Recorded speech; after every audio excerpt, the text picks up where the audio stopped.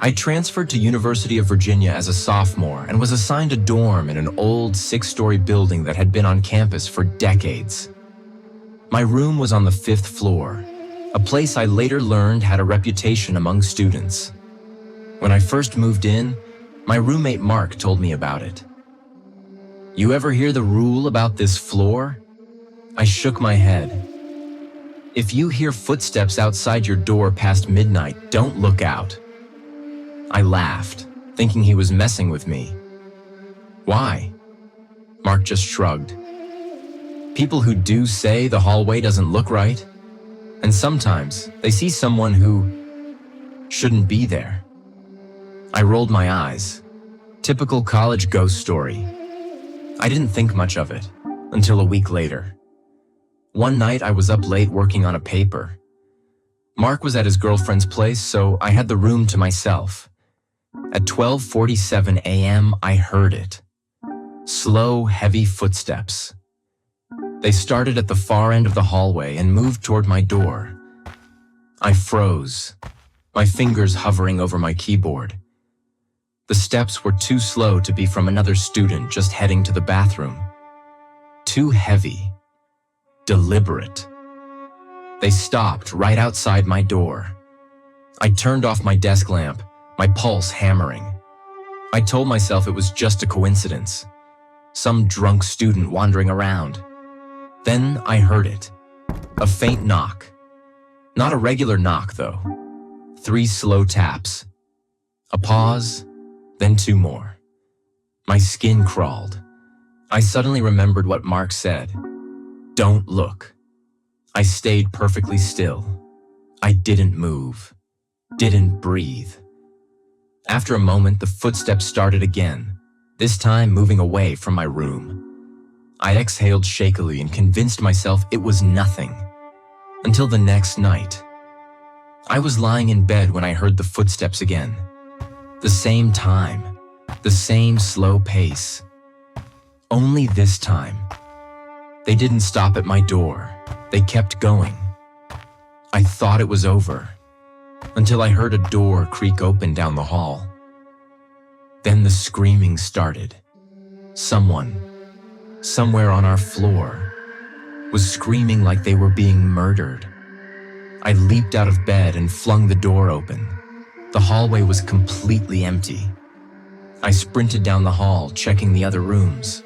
No one else had heard anything. Mark came back the next day.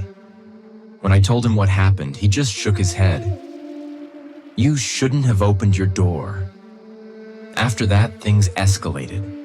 Some nights I would wake up and hear whispering through the walls. Not words, just murmurs. Like someone was having a conversation just out of reach. One night, I woke up to the sound of my door handle jiggling. Not like someone had bumped into it. Like someone was trying to get in.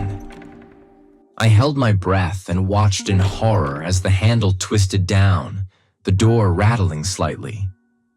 I was sure the lock would give. But after a moment, it stopped. The next morning, I checked the security camera in the hallway. Between 12:45 and 1 a.m., the footage glitched out completely. I lasted 3 more weeks before I had enough. On my last night, as I packed my stuff, Mark told me one last thing. Back in the 70s, there was a student who lived on this floor. He went missing. They searched for weeks, but all they ever found was his dorm key, sitting outside his door. I left the next morning, relieved to be out of that place. But the feeling never really left me. A few weeks later, I got a text from Mark. "It happened again last night. Someone else heard the footsteps." I stared at my screen, a chill running down my spine. I tried to move on, but every so often I wake up at the middle of the night, same time I first heard them. And in the silence of my new room, far away from that dorm, I sometimes get the eerie sensation that I'm not alone. Like if I listen closely enough, I might hear something. A slow, heavy knock.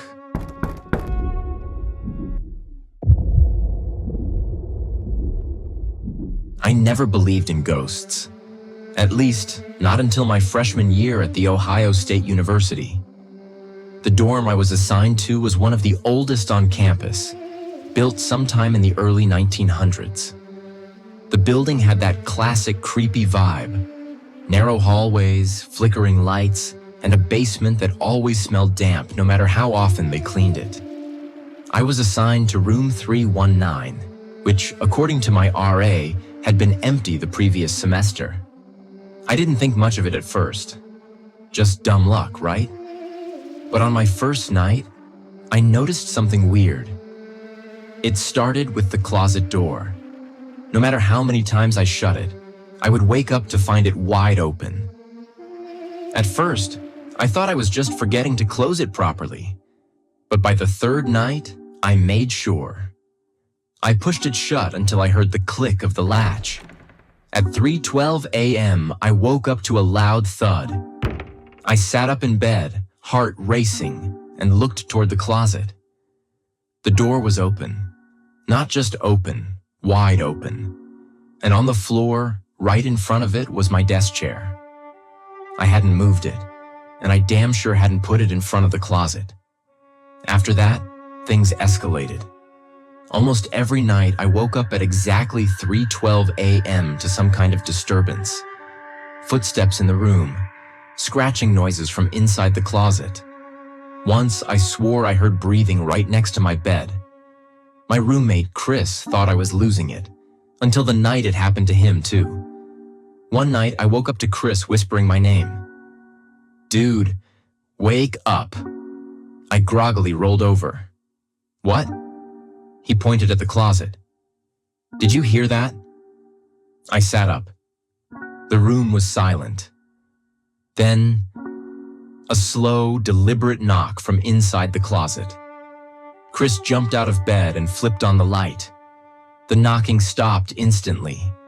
We both stared at the closet, waiting for something, anything to happen.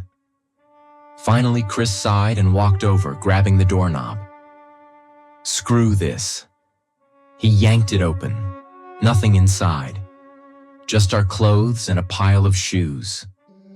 But then I noticed something. The air inside the closet was freezing. By this point, we were both convinced something was wrong with our room. We started asking around, and one of the older students, a senior named Mark, finally told us what he knew. According to him, room 319 hadn't been permanently occupied in years. Back in the 1970s, a student had died in that room, a girl named Emily. Nobody knew the full details, but the story was that she had been found hanging in the closet. Some people claimed she had been struggling with depression, while others whispered that something drove her to do it. But here's the thing. Ever since then, every student who stayed in that room never lasted long. Some transferred dorms within weeks. Others dropped out completely. And now, I was starting to understand why. That night, we decided to record ourselves sleeping. We set up Chris's phone on his desk, facing both of our beds and the closet. Then, we hit record and tried to sleep. The next morning, we checked the footage. At first, it was just 6 hours of nothing. But then, at 3:12 a.m., something happened. The closet door swung open on its own. A few minutes later, my desk chair slid across the floor. And then, the worst part. At exactly 3:15 a.m., the blankets on my bed started to slowly pull down, like someone was grabbing them. That was it. We packed our stuff and requested an immediate room change. The RA didn't even question it. In fact, he looked like he expected it. A few weeks later, I ran into another freshman who had been assigned to room 319 after us. I asked him how it was going. He just gave me a nervous laugh and said, "I don't sleep much anymore." I never stepped foot in that room again. But sometimes, late at night, I still wake, and when everything is completely silent, I swear I can still hear that knock.